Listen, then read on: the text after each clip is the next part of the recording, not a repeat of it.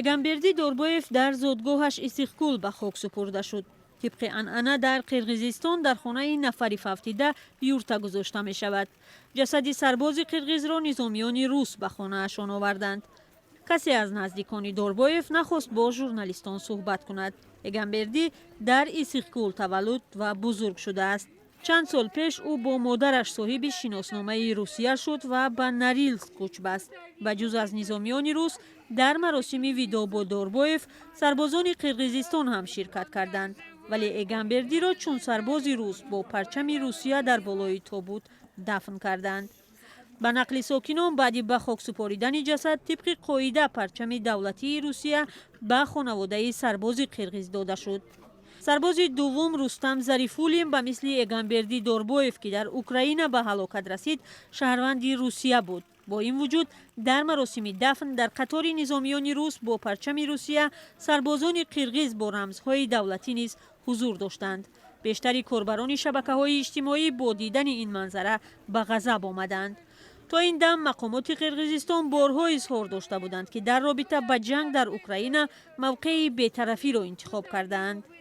ситоди кӯли қирғизистон гуфт ки дар ин чорабиниҳо низомиёни қирғизистон дар асоси муроҷиати сафорати Русия дар ин кишвар тибқи тартиби ҳамкориҳо ширкат доштанд.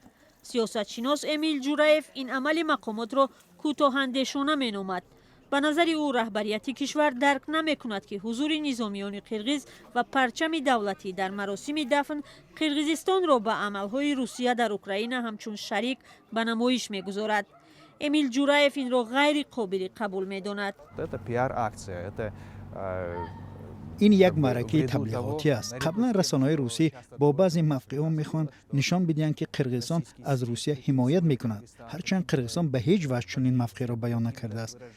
дар ҳамин ҳол навораҳо аз маросими дафн бо парчам ва низомиёни қирғизистон сабт гардидааст ки ҳамаи ин моро дар як тараф ба таҷовузи низомии Русия қарор медиҳад.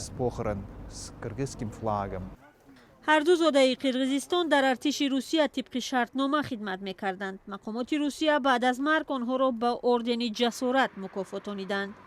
зодагони дигари ҷумҳуриҳои Осиёи марказӣ низ дар канори Русия дар Украина меҷанганд. дар як моҳи ахир дар Тоҷикистон 4 нафар аз чунин қурбониён ба хок супурда шуданд. чанд нафари дигар аз зодагони ин кишварҳо дар сафи нирӯҳои мусаллаҳи Русия ҳастанд ва чӣ теъдод аз онҳо ҳоло дар минтақаи ҷанг қарор доранд маълум нест.